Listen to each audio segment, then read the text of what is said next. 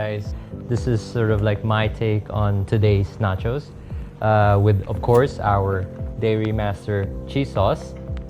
So first step, toss our bell pepper, tomatoes, pepper first, sea salt, mix again onto the hot grill.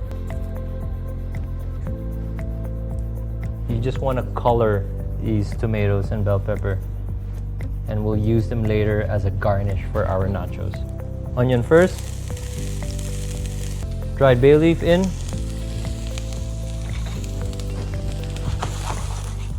garlic in.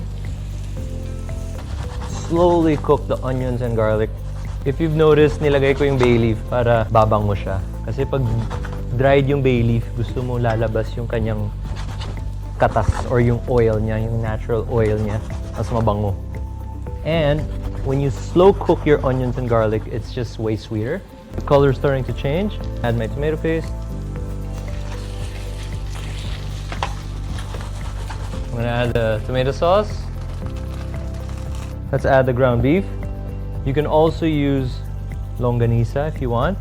You can add some crispy bacon if you want. Really up to you, the recipe. Salt. So always season towards the very end para makontrol nyo pa. Then taste as you go.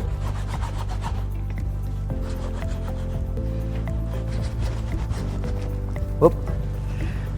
Yun lang. When you're wearing white, may talsik talaga. I'm just gonna grab an apron.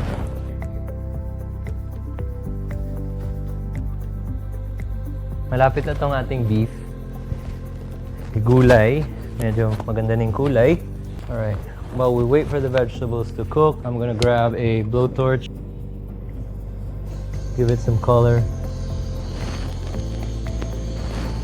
We're torching the vegetables to give it some color and give it that char flavor. When you roast vegetables, mas masarap siya eh. First step, I'm gonna add the nachos.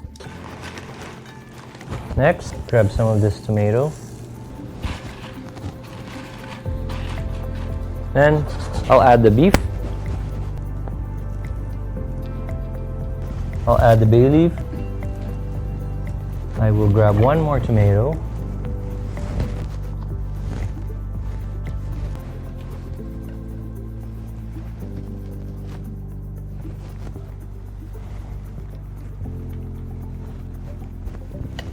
So, nice balance of colors, textures. Let us save the best for last, and we will bridge everything together with this beautiful cheese.